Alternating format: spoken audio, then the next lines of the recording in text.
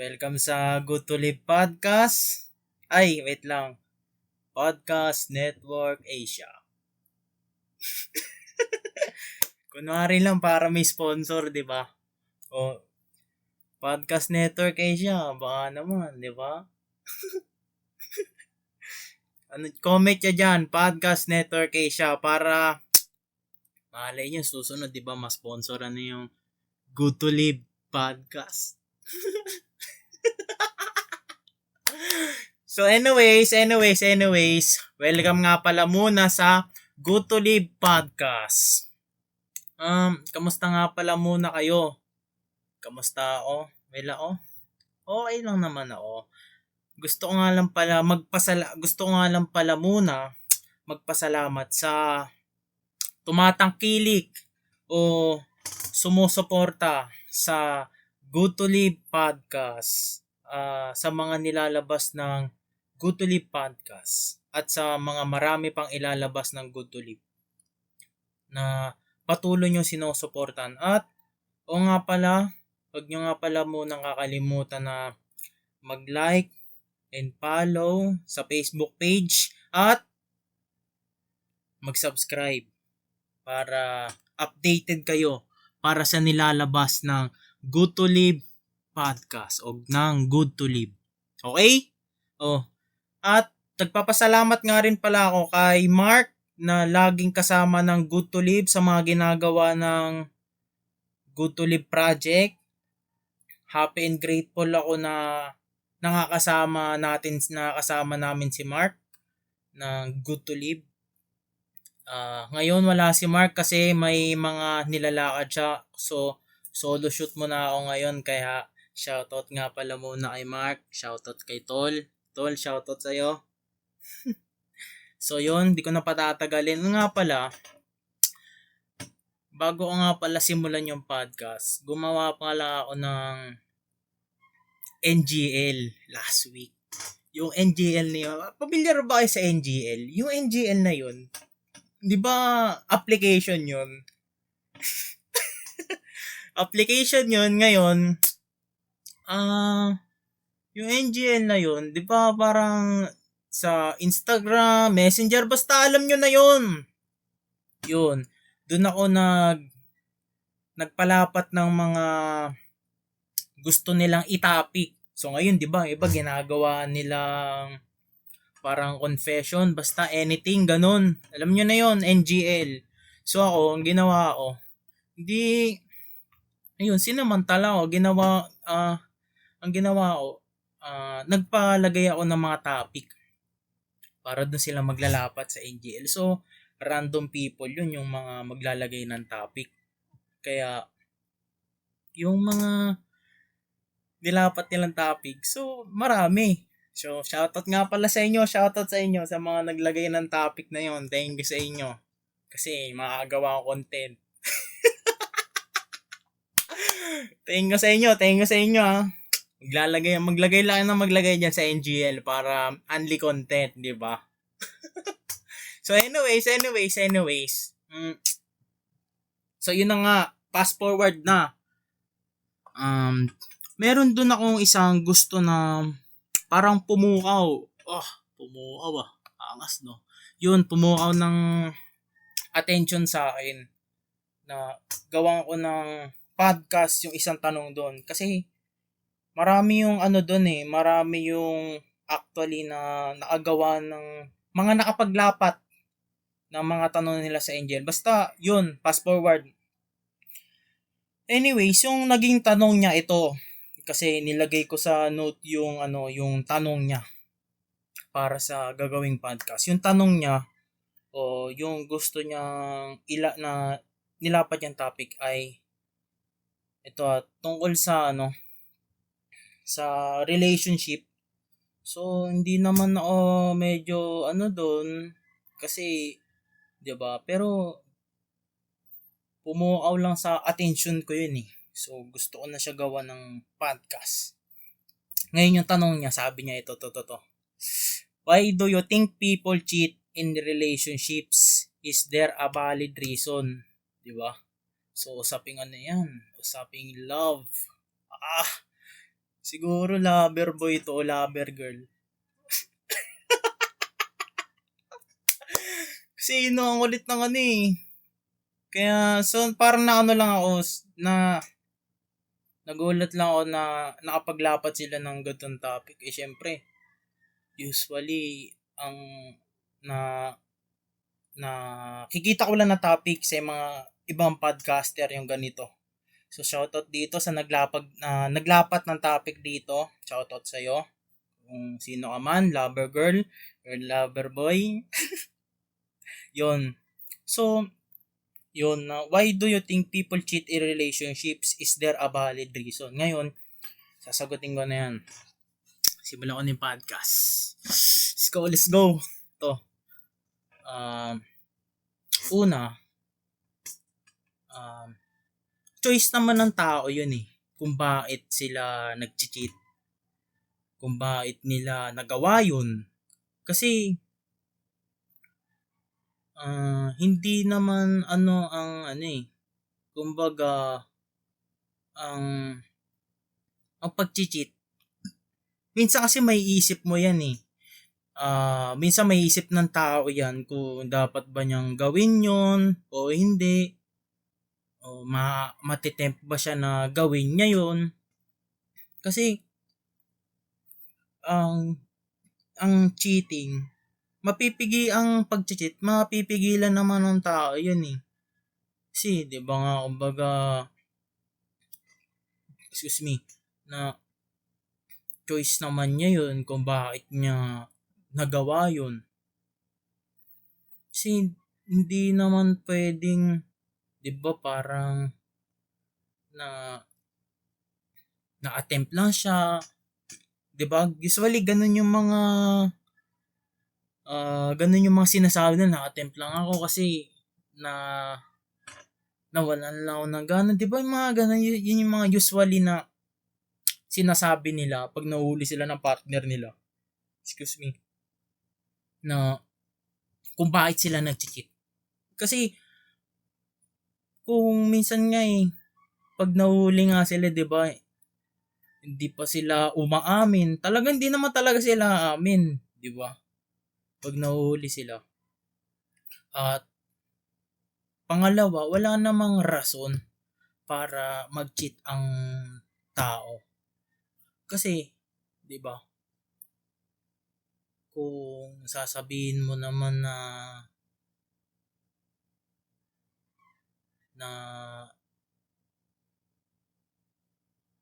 nakahanap ka lang ng iba, na kasi hindi niya lang maramdaman yung ganito, kasi yung betterness na nagawa nung tao na hindi kasi sapat na rason yun eh. Na, 'di ba yun yung usually na sinasabi nila kapag nahuhuli na sila. Na ganito, sinasabi minsan ng iba na hindi niya maramdaman sa partner niya yung ganun love, ganun, na hindi niya nararamdaman yung ganun sa partner niya. So, wala talagang rason eh. Kaya nga, kung akalain nyo, ito kasi ang cheating naman kasi, lahat naman ng gender yan eh. Lahat ng gender ang cheating. So, iba-iba lang ng situation kung paano nag-cheat yung sa isang relationships. Pero, sa lahat ng gender, nangyayari ang cheating. Kaya, baka kasi sabihin kasi ng iba na makikinig ng podcast natin na, Kins, baka naman may mga pinapanigang ka lang na side kaya nasasabi mo lang. Baka naman may tinotolerate ka lang na side kaya nasasabi mo yan. Hindi. Kasi kung sasabihin ko naman sa inyo ang cheating, wala namang pinipili na gender yan eh. Lahat ng gender nangyayari ang cheating, 'di ba? O pa LGBTQ, 'di ba? Sa mga straight, 'yun nangyayari ang cheating. Kaya hindi natin pwedeng sabihin na ang cheating is nangyayari lang sa mga straights, 'di ba? Lahat ng gender nangyayari yan. Ganun. At 'di ba? Ang pag-cheat kasi kumbaga ang pag-cheat hindi niya binibigyan ng respeto yung partner niya. Kumbaga hindi niya binibigyan ng worth o halaga yung partner niya kasi 'di ba kung iisipin niyo, 'di ba? Minsan kapag nag-cheat yung mga tao na 'yan na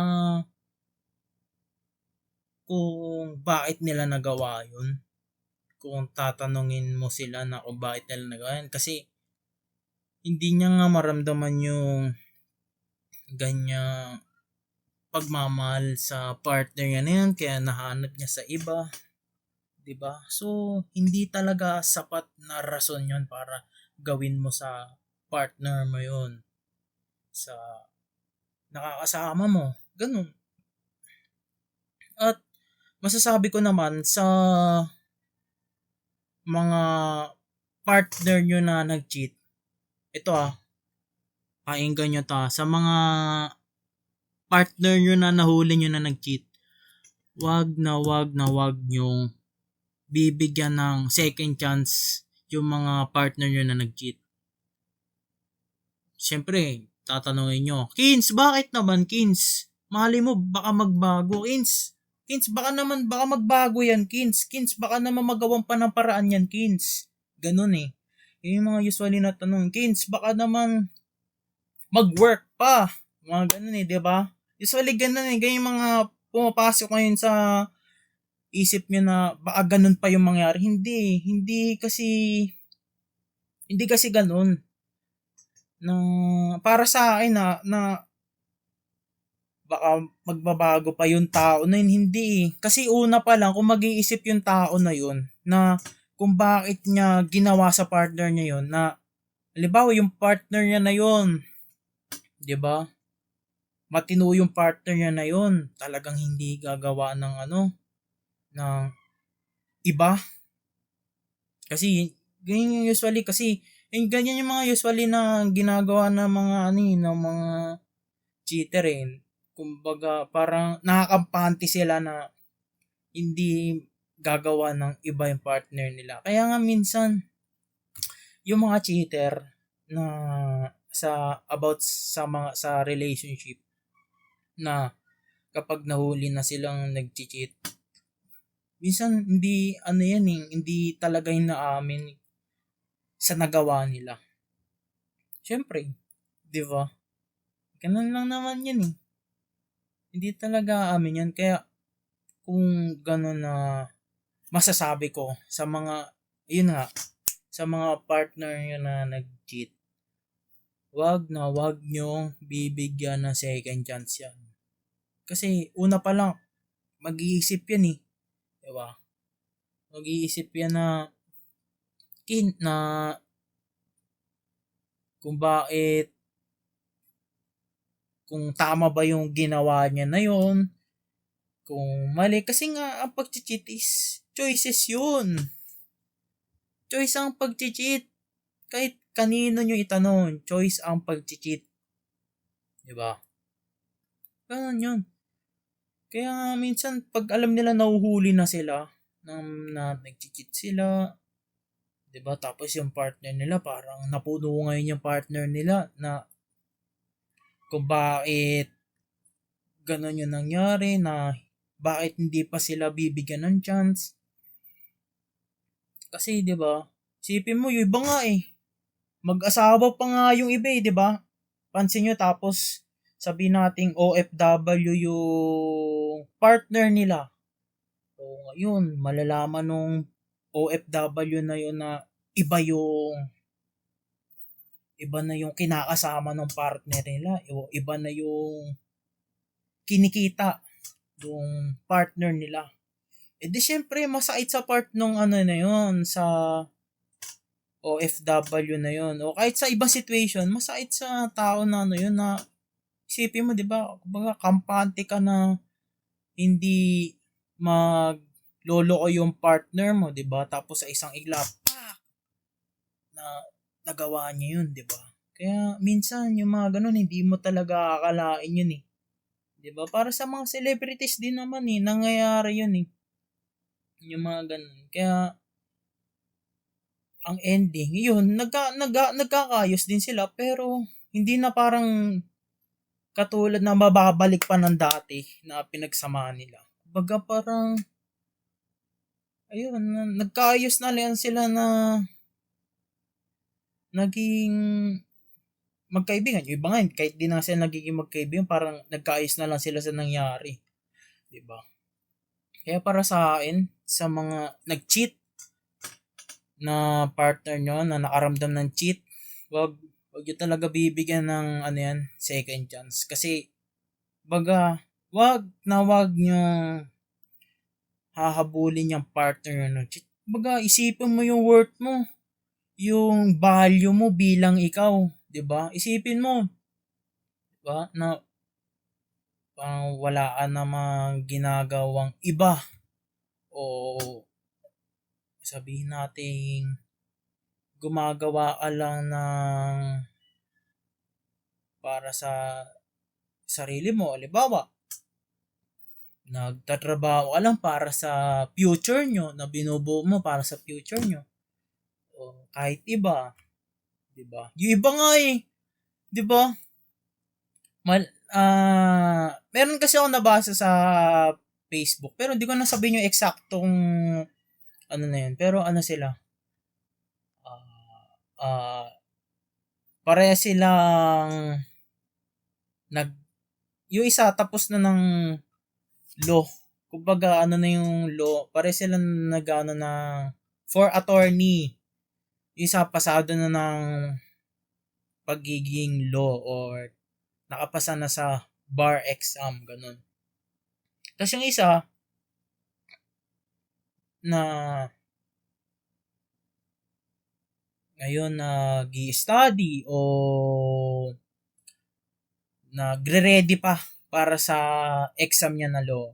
Diba nga, yung dalawa na yun nangyari na yun, hindi ko talaga makalimutan din yun kasi nabasa ko talaga yun sa pero hindi ko nasasabihin yung na kung paano nangyari sa kanila. Kumbaga, tahuli niya nag-cheat yung partner niya na yun na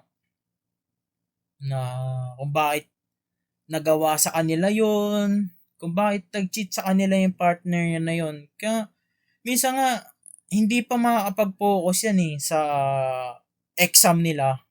Kasi syempre, nagre-ready ka ngayon ng exam. Tapos malalaman mo ngayon na nag-cheat yung partner mo, di ba? E di, na lang ngayon yung iisipin nung nalaman niyang nag-cheat yung partner niya na yon, di ba? Ano nga yung iisipin ngayon nun? Kasi nahuli niya nag-cheat yung partner niya, di ba? Sabihin nating matagal na nang naging mag-partner yon o naging magkasama. Tapos nahuli niya na cheat yung partner niya, 'di ba? Ano na lang mararamdaman ng tao na yon, 'di ba? Anong magiging impact sa mental health nun? Kasi usually mental health agad ang impact niyan pag nahuhuli nilang nag-cheat yung partner nila. Kaya sobrang saludo sa mga tao na nakakaya yung naging pag-cheat nung partner nila. Kaya sobrang saludo sa kanila, men. Kasi mahirap mahirap talaga yun yung ganong situation na yun. Hindi, kasi iba-iba kasi ang situation nga ng pag-cheat. Dahil nga katulad nga nun, yung sa bar exam. Di ba, paano ngayon makakapag-focus yun? Dahil sa ganong nangyari, di ba? Kaya sobrang hirap nun para sa mga ganong situation na nangyari sa relationship nila. Kaya kung alam nyo kung ganun yung ginagawa sa inyo, sa mga masasabi ko, sa mga tao na nag-cheat na partner nyo, nahuli nyo na partner nyo, ibig sabihin hindi nila kayo nire-respeto. Kung ganun, di ba? Excuse me. Kung ganun, pabayaan nyo sila. 'Di ba? Pabayaan yung mag-cheat yan. Diba? I mean, wag nyo na silang habulin kasi, di ba? Kumbaga, parang binababa mo lang yung worth o value o halaga mo bilang ikaw. Kakahabol mo dyan sa partner mo na yan na nag-cheat. Yun lang naman na importante dun eh. Wag na wag mong habulin yung mga tao na ito sabihin ko sa inyo, kahit hindi sa about sa relationship, kahit sa mga ibang tao. Wag na wag niyong hahabulin yung mga tao na hindi kayo nakakakitaan ng worth o value bilang kayo o bilang ikaw o yung halaga mo na ikaw. Kasi yun ang pinakamahalaga doon. Kaya sobrang rare ng mga tao na nakakita ng halaga o worth o value natin bilang tayo. 'Di ba? Sobrang rare nun. Bihira yun.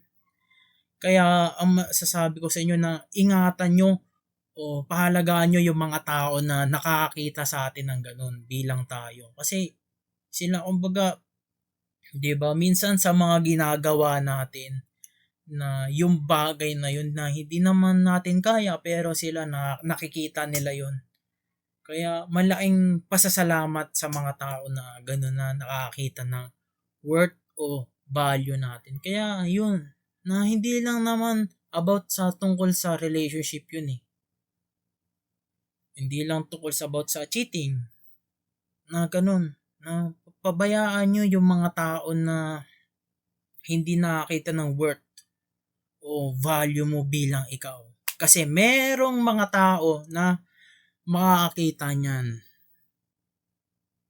Meron at meron. Nandyan lang yan sila. Kaya ingatan mo sila. Okay?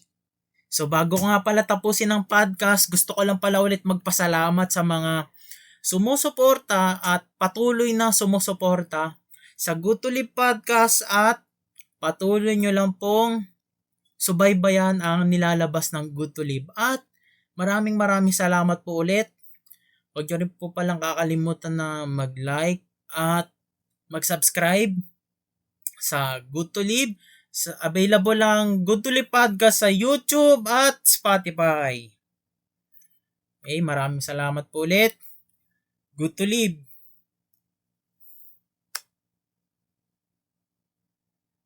Naglalakbay ako kahit saan na lang. Wala akong problema, di rin pwede lamanan. Sobra akong kalmado kahit